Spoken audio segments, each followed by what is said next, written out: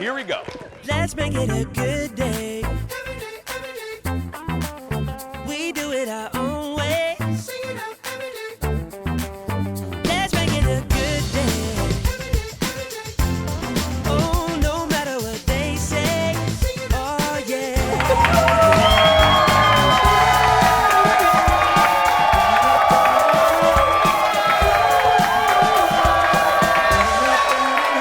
Good morning, everyone. What a good day. Happy Friday. Welcome to the Jason Show. Hello. I'm Jace. I'm so glad you're here. I'm so glad you're here. Thank you, everyone. A full house today. Look at that. A full darn house. We love to see it. Well, welcome to the show. I'm Jace. Keep that love going for my dear friend. She's to my right, and she's right all the time. It's Kendall Mark, everyone. Jason.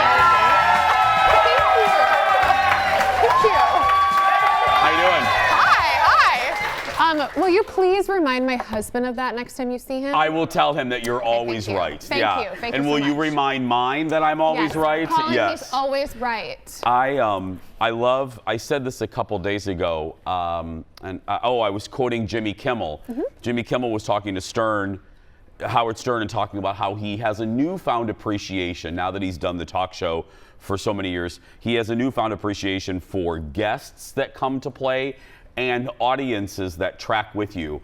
And this audience, I'll explain why. I'm a little tired today, and this audience has blown me away. What a good audience. So thank you. Now, and this is how I know they're fun. Right before the open runs, or right before the little theme song comes on, Kendall and I are sitting here, and I hear somebody in the audience go, "I'm very nervous. I'm very nervous." And Kendall and I are like, "The hell are you nervous for? You're not. We're doing the show. You're nervous." I don't know. Are they afraid what we're going to say? I don't It know. was so funny. I'm very nervous. Yeah. Don't be nervous. Nothing's going to happen to you. I promise. Hey, speaking into the audience, we have a program called the Jvip where we award faithful viewers of our show each and every month, and we have one in our audience today. Say hi to Hannah, everyone. Now, oh, I love moments like this. Hi, Hannah. How you doing? I'm doing good today. Thanks, Jason. Thank you. Well, Hannah, you are sitting in a brand new, we just got these chairs. You're sitting in a comfy chair. How is it comfortable? Are you doing okay over there? It's super comfy. It makes me feel really short. I have to put my feet on a little block Okay. right here. And that's what I was going to say. This is poor Hannah. There's a positive and negative with trying something first. The positive is no other butt has touched that seat but Hannah's, okay? But the negative is I don't know if we've tested it out before Hannah, because her feet don't touch the ground. So we had to, yeah. Now, because we didn't quite measure right, so her feet would, no, and it's not Hannah. My feet would dangle from that without a little soapbox, so. I probably should have mentioned that all those times I've sat in that chair while you do interviews. I maybe should have mentioned that your feet don't touch the ground. Oh, yeah, because I said, relaxed there, sorry. Hannah, I lied to you. I said, your butt isn't the first one to sit there. Her butt was the first one to sit there. Yeah, Sorry. yeah. Sorry about that. Yeah, that's where Kendall like the sits when perch. she's not on the show. She just sits over there and takes a little nap. Yeah. So, yeah, there we go. Little snooze. Thank you for being here, Hannah. We're going to have some fun with her a little bit later. I mentioned, I'm a little, I tell you everything. Plus, if you watch the show enough, you know that I can't hide everything. Everything is on my face. You know when I'm in a bad mood. You know when I'm in a good mood. Yeah, I know. But today I'm just a little tired because it's the end of the week-long charity event for the radio station. Every year we do something different, musical. They made us run a restaurant one year. We did an art project. And this year is a film fest. We had to shoot, write, edit, star in a short film in 3 days. That's all. That's all. And the film fest, it premieres tonight. So this one's been a rough one. I'm going to just tell you the truth. This is, I was a little more edited on the radio show, but it's been a rough road, as Mariah Carey would say. It's been a little rough. A little bumpy. Little bumpy. And this morning, I was a little punch drunk on the radio show, and we're at a live location, and I feel the same way about you. One of my greatest joys is making my co-host on that show, Alexis, laugh. If I can get her going, it makes me so happy. We're in a commercial, and I start to make Alexis laugh, and we both rear back, and I flipped upside down. You Britney'd? I flipped upside down and hit my head on the step and repeat behind me. And I'm fine. I know it. Oh my God, I was crying. Ah. I would have paid so much money to see that. Oh my gosh. What's funny is she reacted just like the lady on my other show. You did not. Jesus, like a little turtle? I don't know why I'm doing this. And I guess I could send this to Ted. Maybe we'll get it to you by the end of the show. But I do. Would you like to see it? Oh, yes. Jesus, I would love to see it. Why am I doing this, audience? Why am I? Yeah.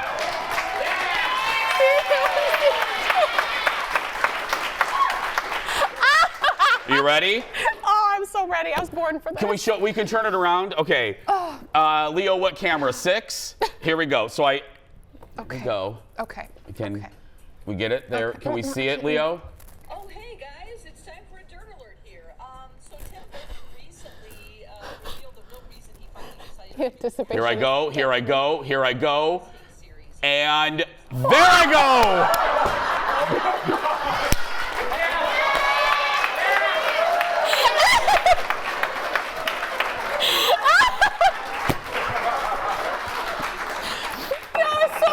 Okay, now, let me tell you one damn thing. Now, here's what happened. Now, just like this one, I'm gonna play it again. And that damn Alexis, instead of checking on my well-being, do you know what she did? She immediately grabbed her phone. Leo, we're gonna show it one more time. Oh. Here we go. Oh, Lord Okay, have mercy. here we go. To do an Addams Family project with the Wednesday series. He said it gave. Now look at Alexis. Alexis just laughing. She grabs her phone right there. Adam, our engineer, the engineer is the only one that cares about me. Look at Alexis. She's grabbing her phone to record it. Adam is the only guy that cares if I've been injured. Oh, Dawn just like turned around too Oh, slowly. Dawn was just Carol. Dawn is the professional. Dawn just kept talking. She's like, okay. Did that make your day there, Kendall? Oh my God, you don't even know. Let's get started, everybody. It's time for the hot dish. Roll it, Leo. Don't touch me. I'm happy you're okay. I'm seconds away from replacing you with the ladies in the Oprah chairs. Yeah.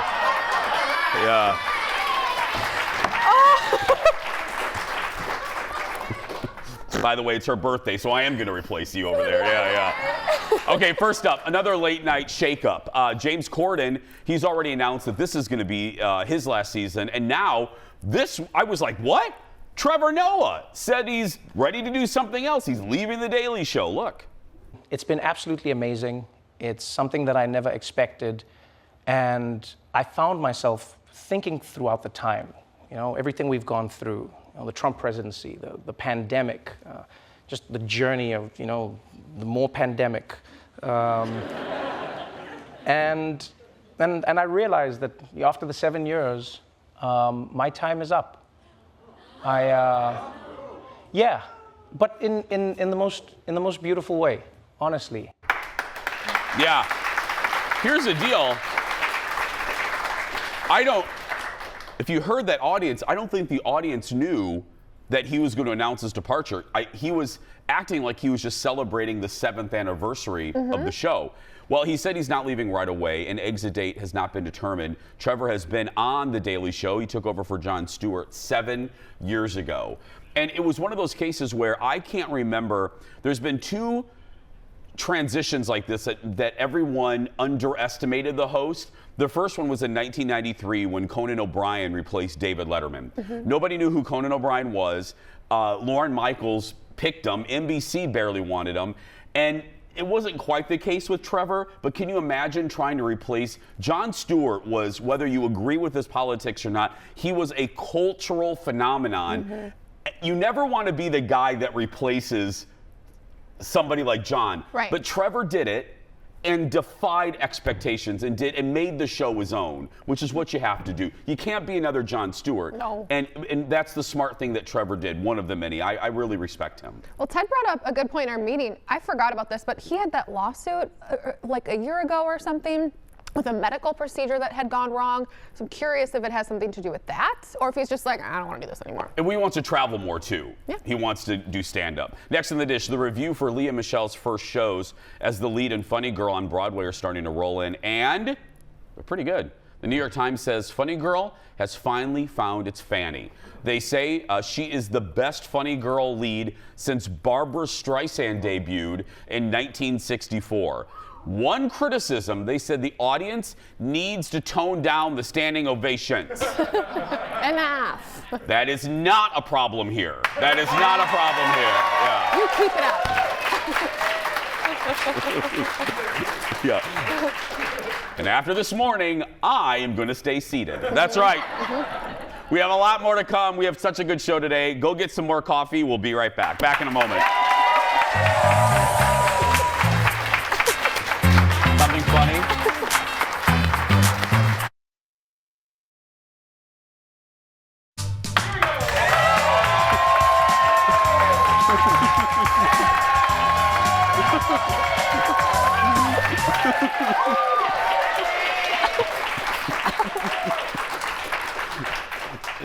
Executive producer Jeff is filling in for Aaron Schwab, who had to step away in the audience today. And Jeff just looked at the audience and he goes, "Watch the light." It's like Carol Ann. It's like watch the applause light up there. That's right. bugs. Follow the light, Carol Ann. Welcome back, everybody. Ben Stiller was on with Jimmy Kimmel last night. Ben grew up in New York and talked about the time his dad, the late great Jerry Stiller, Jerry was so funny, finally let him go to school by himself. That story is our late night rewind. Look at this. Hey, you brought some video, some film that your dad shot, yes. right? He was my dad was always recording and always filming. He gave me my first Super 8 camera and got me into making movies, and he would film us all the time. And he was also very overprotective. So when I decided that I was going to go walk to school by myself for the first time when I was like in 3rd grade, he followed me in a car and shot footage of me walking to school on my own. I think we have some of that. Yeah. So this is literally me thinking that I'm on my own by myself in New York City, but Jerry Stiller is in a car with a Super 8 camera filming me. And What year was that? that's probably like 1973, or that's our building. Yeah. Wow. Yeah. That's great. Yeah. He literally, when he was doing that, a cop stopped him and said, "Why are you filming that child?" What are you doing, sir? What are you doing? My first day of kindergarten, when you're that age, you don't have a lot of physical memories. You have more images, even at your young age. The image that I have, she's very young and beautiful, but yeah, I'm old. And No, you're not. So my only image is my first day of school. I'm an only child, and my mom, the Dar. Hi, Mom, love you. My mother, I'm in the back of the bus, and I'm in there, and I have a little raincoat, I look like the Morton Salt girl, and it was raining, and I go to the back of the bus, or no, I look like the Gorton's fisherman, and I'm in the back, of the bus, and I remember this. I hear one of the kids go, "There's a lady." And I went, "A lady?" And I look back, and there's Dar running after the bus, crying, running after the bus, "No!" Oh, that's so sweet. And I'm like, "I'll be back in 4 hours, It's time for a special serving of hot dish all the way from Hollywood. Give it up for Jacob Wasserman from TMZ. Hi, Jacob. I like that Never Story. Hey, another one. You guys always good at breaking news. This one was a sad one. You guys broke the news on Coolio's shocking, kind of surprising death. What's the latest, Jacob? I mean, just an extremely sad situation. We broke this story on Wednesday night, and we were told that he was here in Los Angeles at a friend's house in downtown LA. And he went to the bathroom and he was just in there for a long time. His friend went to go see what was going on and eventually found him passed out on the floor. Paramedics came and did everything they could to keep him alive. We were told that they were working on him for about 45 minutes, giving him CPR. He unfortunately didn't make it. Right now, we don't know a cause, but we'll find that out in the coming days. So sad, so young, and it just, wow. Next up, Mackenzie Scott is just a couple years removed from her marriage to Jeff Bezos, and now she's getting another divorce. Did she have a prenup with this one? It sounds like she did, because we saw that she signed a separation contract with now her estranged husband, Dan Jvip. And this is something we don't really see that often, but it means that each of them know exactly what they're gonna get in this divorce. And yeah, as you mentioned, Mackenzie and Jeff Bezos divorced back in 2019, where she got $37 billion, gave half of it to charity, and then married Dan Jvip, who is a former science teacher from Washington State, but I guess they didn't have chemistry. And okay. And come on, hey, come on. Jacob, Jacob, are you getting paid by the pun, my friend? No. And to be completely honest, I just took that line from our article, so I didn't even come up with it off the top of my head. I'm just being candid here. Yeah, absolutely. Jacob, have a good weekend, my friend. Thank you so much. Thank you. You too.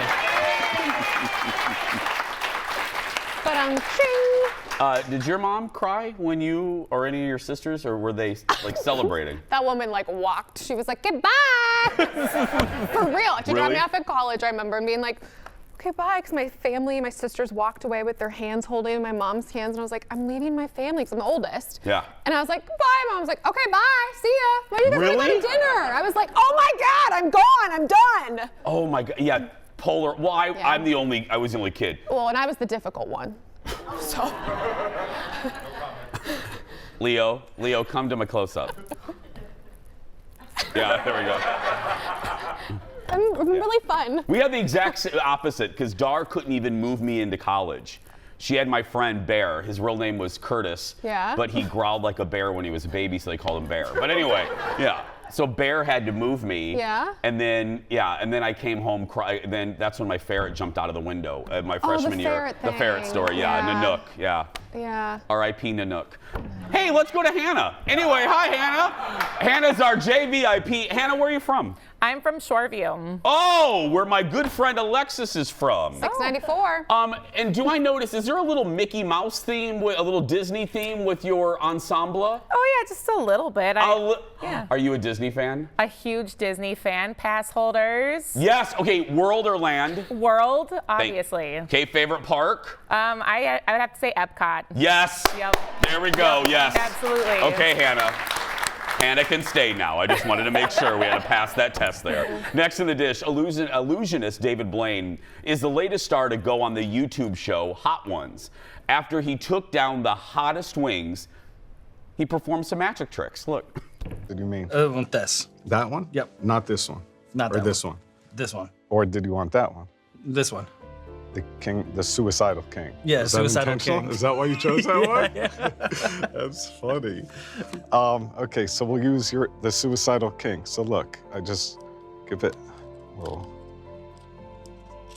Actually, can you pull the piece for me? Yeah.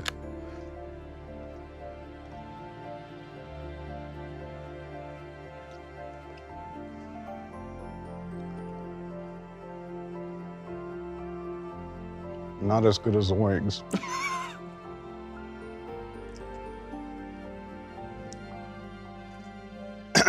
It's gone. Yeah, it appears to be gone. Can you cut the pepper that you chose in half? Yeah, and open it. Pull it open. You see inside, see there's a card. Yeah. You see that little piece of the card is the King of Hearts. And here, put it right here. Let's put it right next to it here. You can see that this is actually the exact piece that goes right there. No.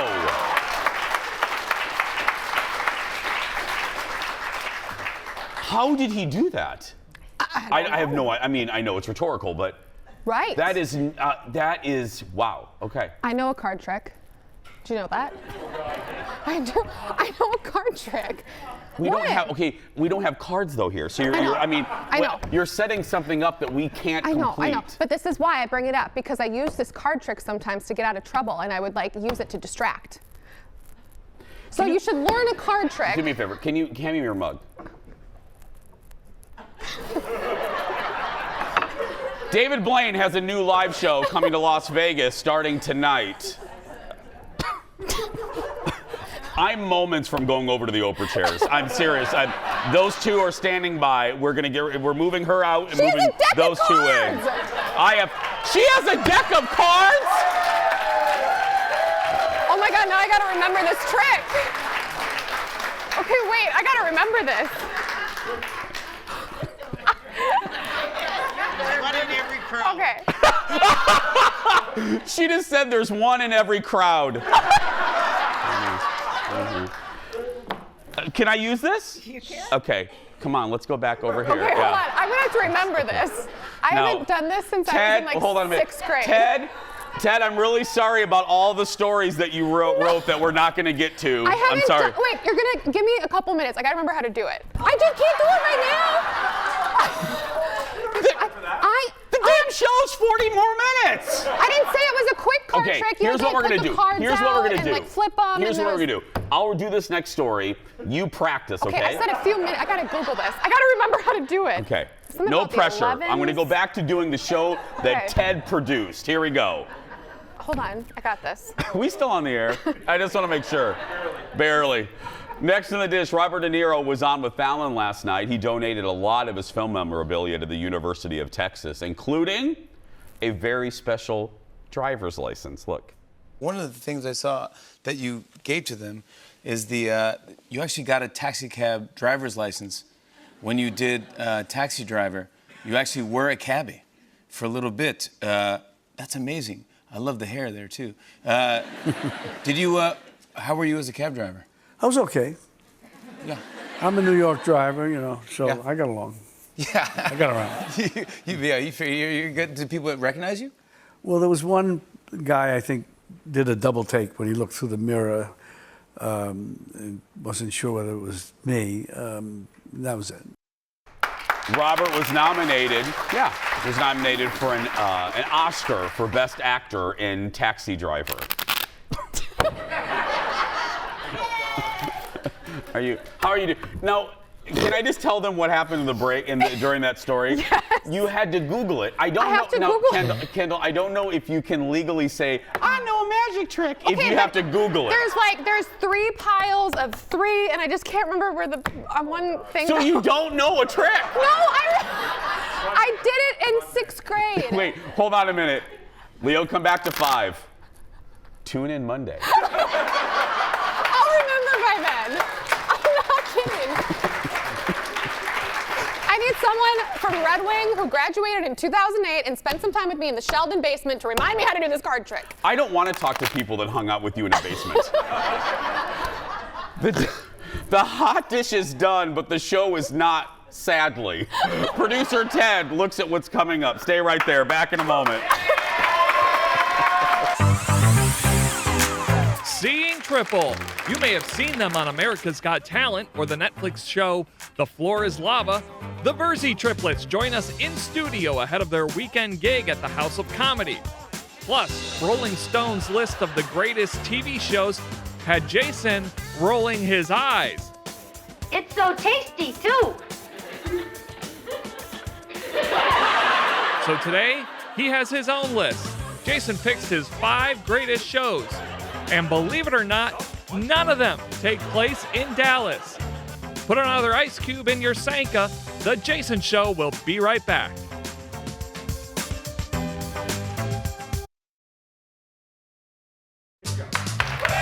Welcome back. Welcome back, y'all. Well, I love this audience. Our next guests have been featured on America's Got Talent, ABC's The Gong Show, and most recently, the Netflix show, The Floor is Lava. And by the way, they're identical triplets. Take a look. I feel like I can make that. I wouldn't, no, go this way. And then climb on the wall. Mitchell takes on the role of Alpha Triplet, directing Alex to the tool wall. It took us like 5 minutes to get here. Going that fast, though, overconfidence, I don't know. If you saw season 1, overconfidence is their middle name. That's the Versi Triplets, and you can catch them Sunday night at the House of Comedy. We love them. Give it up for Mitch, Alex, and Sean. Good audience, right? This audience is amazing. I know. And if you come up with a weird item, that lady in the front row probably has it in her purse. Yeah. Okay. I mean, if you want to put her in the show, I'm sure she has some interesting things in that purse. I have a Costco card. Do you have one of those? I don't know if they got Costco. Does she? Do you have a Costco card? No. Okay. Damn, we stumped her. Okay. One up her. I'm going to start with you, Mitch. The Alpha Triplet? I mean, you guys can see it, I'm sure. It's just absolutely not. I don't look very alpha in this sweater right now. I look like a male Karen right now that's just too concerned about the HOA in the neighborhood. No one has ever called him the Alpha Triplet, by the way. Usually we call Mitch and it rhymes with Mitch after that. Mitch the big, I don't know if I can say it on a morning show, but yeah, I get it. Yeah, you got it. Read between the lines. How would you, I got so many questions. Sure. How, if there was one word to define your distinct personality, what would you give yourself?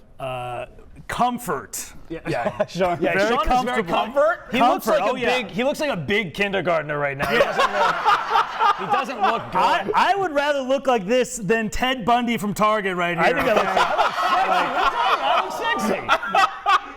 We say that Sean looks like a divorced dad. I don't know why, but he just looks. He looks like he's going through alimony right now. Is what he looks like. But yeah. It's okay. I would definitely say I'm more the outspoken one. I say I'm usually the uncensored one. I can't say it on the show. Okay. I would say I'm charming. Not at all. Not at all. Not at all. Do you not believe me? Mitchell, I believe hold on. Mitchell has a lisp, and I don't think you'd be charming with a lisp like this. Okay, it's not. It's also not very charming when I have to say charming. I mean, when you have to question. When I have to question it. How did this start? Like, how did you know? Where did the idea come from to turn being triplets into a franchise? Well, it started with every bad decision, which was we all got business degrees in college. That was step one. Yeah. And then we didn't want to get real jobs, so we just Mom and Dad, listen here, comedy. And they're like, no. Really? But we did it anyways. Yes. But did they really have that reaction though? Yeah, absolutely. Yeah. Can you imagine? They wasted like $200,000 in student loans for us to go to college and then not use it? Yeah. They were very upset. Yeah. Our dad is also this old school construction guy, and that is not. We don't mesh with him because of that. Oh yeah, I get it. My father-in-law's a plumber, so just cut from the same cloth. Yep, so, exactly. What was the first? Was Floor is Lava or Got Talent the first show, the big show you guys went on? America's Got Talent was first. Okay. We lost to a singing dog. That's we got eliminated. Why? Don't laugh at that. So you did not. Sometimes we did. Really? Absolutely, we did. They said the dog had more talent than us. That's what they determined. To go from that and then tell my dad who does construction, hey, we got beat out by a dog. Here's our business degrees. Doesn't exactly work. He said that we should stop after that. Seriously? Oh, yeah. And then we're like, no, we're going to the floor is lava. And, and then we lost on that too. We lost twice on floor is lava. They're like, we love you guys. They brought us back, and then we lost again. That's. So you lost twice. Thank you for reiterating. I'm sorry. Two-time losers, yes. We're very competitive just in general because we're the same people. So we're like, we always want to see who's the best or whatever. And when it comes to competing against other people, apparently we're just not good at all. We're just the worst. But we still brag about who did better. We all lost, but it was like, well, I did better first season. So that's all that matters. That's how it was. Who did better on Got Talent and who did better on Lava? Oh, I did the best on. He did not do the. I sucked on both. On America's Got Talent, we did the interview with Tyra in the backstage, and he just goes, "Yeah, this is great," and then he just went up, and then he dropped an F-bomb on stage. You did? Yes, to Tyra on NBC. Yeah. Well, listen, if you see Tyra in person, I mean, you're kind of speechless. You know? And also, she was in heel. We're not the tallest. I don't know if you guys saw, but like, we're like 5'8" on a good day. Yeah, I'm kidding. We're 5'5", but. No, and she's wearing. She's like 6'7". Yes. She's gigantic. Yeah. Beautiful, but just I had to look up and be like, "Hi, Tyra." So you dropped the F-bomb. I did. Yeah, Way to go on that one. Yeah. Hey, I didn't drop it here though. No, thank you. Please, so far. Thank you. Control room, have your thumb on the dump button. Okay, I want to go to you because you put together one. Yes. The dad. There you go. What did you do best on? I did best on the second season. So Alex did best on the first season of Floor is Lava. I did best on the second season. And then Mitch is just not good at all. I don't know why they said the alpha triplet. He really hasn't done well with anything. The host knows. The host knows. That's why. Go through, for people that don't know, because I watch it, go through what is Floor is Lava? So it's a gritty Emmy Award-winning drama. It's very much like Stranger Things. It's very deep. No, it's exactly what it sounds like. It's a kid's show. It's you're jumping from obstacles over a giant vat of goo. That's in a volcano. That's imaginary volcano. Okay. So it's really fun, honestly. I think the better show would have been a camera of your dad watching you three on a show of you three jumping into goo. I don't know how entertaining that would be. It would just be what camera is it? Where am I at? Right there, 7. It would just be him going like this. The whole time. More with the Versi Triplets when we come back. Back in a moment, everybody. That look of utter disappointment.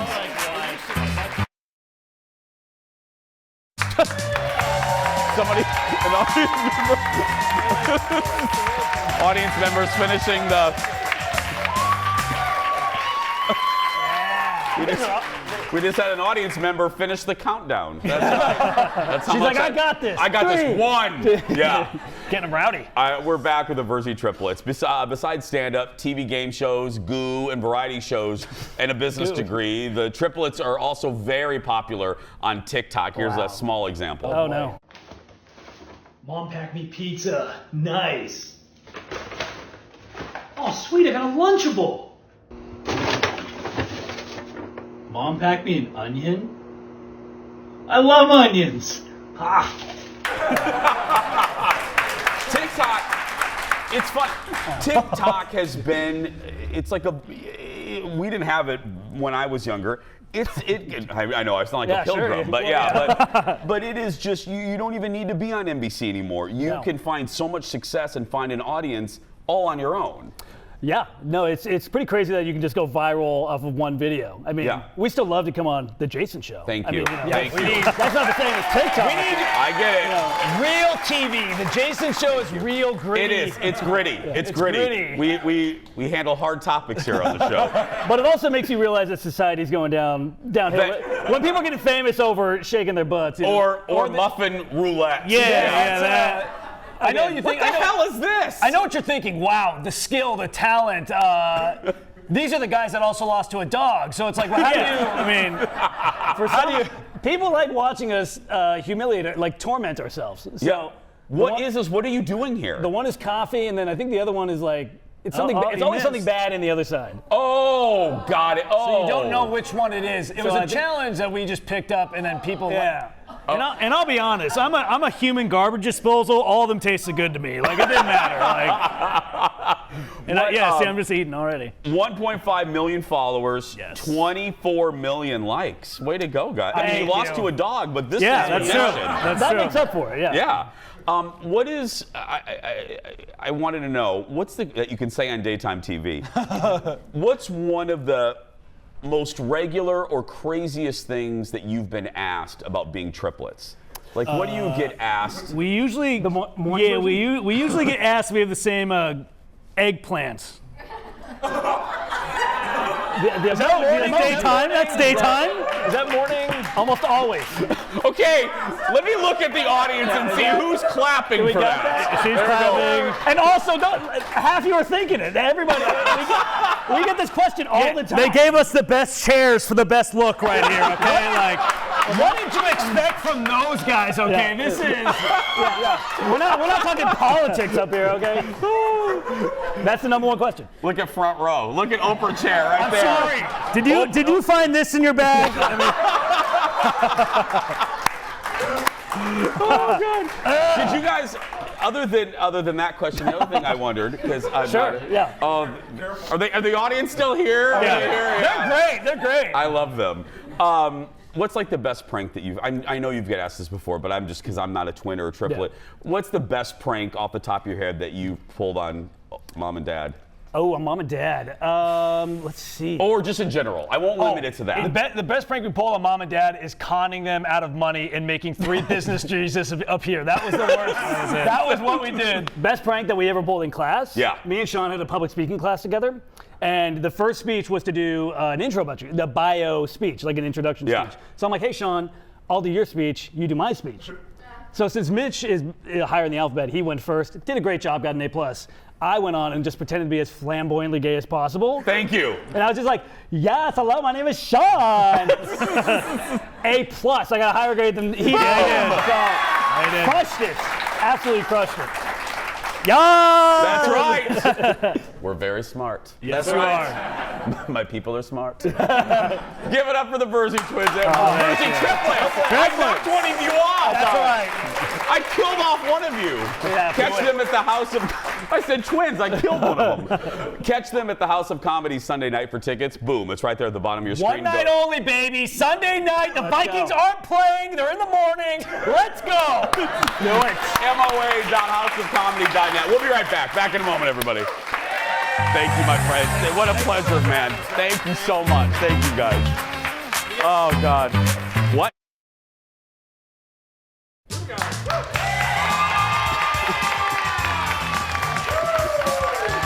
Welcome back. Well, yesterday on the show, we shared Rolling Stone's picks for the 100 greatest TV shows of all time. Well, many of their picks were surprising, like putting the Amazon show Fleabag at number 5. I was really upset about this list because, you know, I love TV and I happen to know a thing or two about it. So I thought, wait a minute. I have my own show. I could just make my own list. I said to the producer. So we decided to put our own list together. I'm naming my best TV shows ever, and we're going to start with number 5. Now, you know what? You got spunk. Well, I hate spunk. Number 5 is the Mary Tyler Moore Show. This groundbreaking show aired for 7 seasons in the 70s on CBS. Now, what I want to say is, before we go on, I'm picking these for very specific reasons, and this is what I wanted to know about Rolling Stone. Are they talking about quality? Are they talking about the impact on culture? My top 5 are really about the impact on culture and TV. I picked Mary because Mary, along with one of my other picks, marks a very distinct turn in television. Before Mary Tyler Moore, shows were like Hee Haw and Petticoat Junction and Bewitched. Mary brought in a sophistication era to television in the early 70s. So let's continue, because it brings me to number 4, talking about those benchmark moments in TV. It's The Sopranos on HBO. Now, Rolling Stone put this as number 1. I don't agree, but I agree with their reasoning.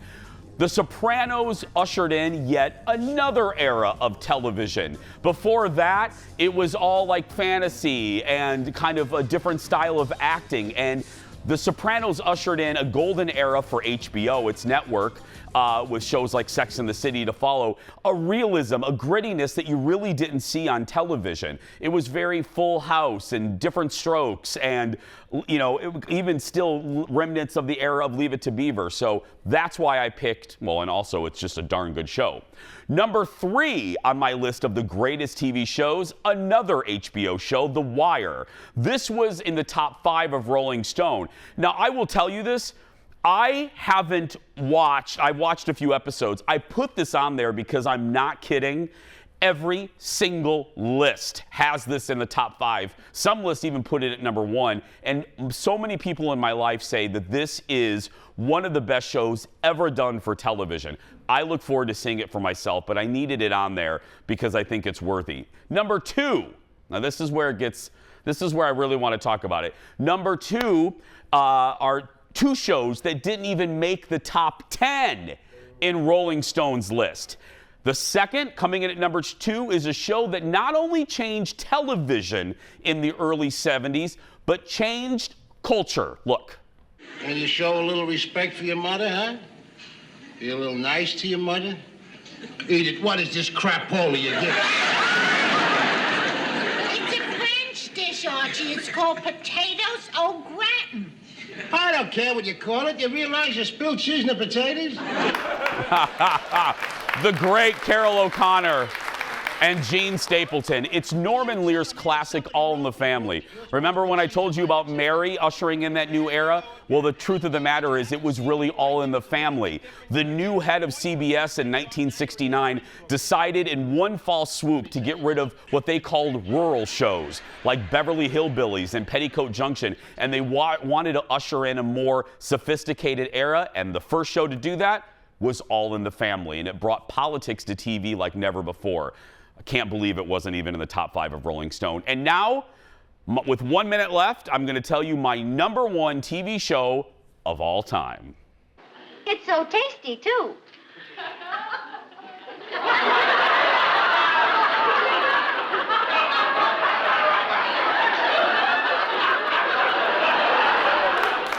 Yep. Come on. There's no argument. Here's the deal. I Love Lucy is my number 1 pick, and it's quite obvious to me. There wouldn't be Carol Burnett. There wouldn't be Tina Fey. There wouldn't be Joan Rivers. There wouldn't be, well, television without the first lady of television, I Love Lucy. Without I Love Lucy, we wouldn't have what we call the 3-camera system that even this show uses. Lucy's husband, Desi Arnaz, came up with using 1, 2, 3 cameras, came up with the studio configuration. And nobody's done sitcoms like Lucy. And it continues to run most hours of most days around the world. You can go somewhere in the world and Lucy is playing. That, my friends, makes it number 1. We're going to take a break. No card tricks today, but Kendall will be back. Back in a moment. Stay with us.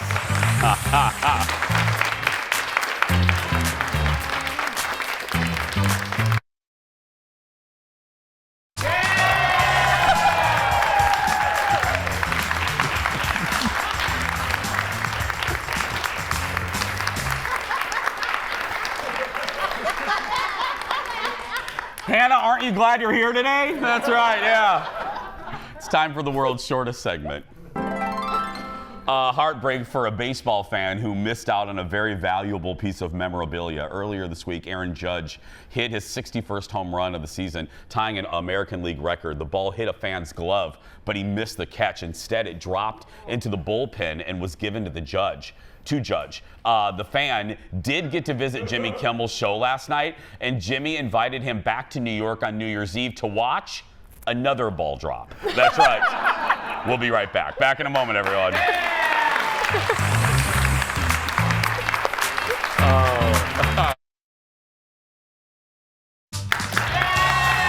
Welcome back. Okay. We don't know what's in this segment until right now. It's time for the surprise. Goodbye, everybody. Okay, let me read this. Today, one toddler's reaction to the first day of daycare that you have to see. Let's watch this.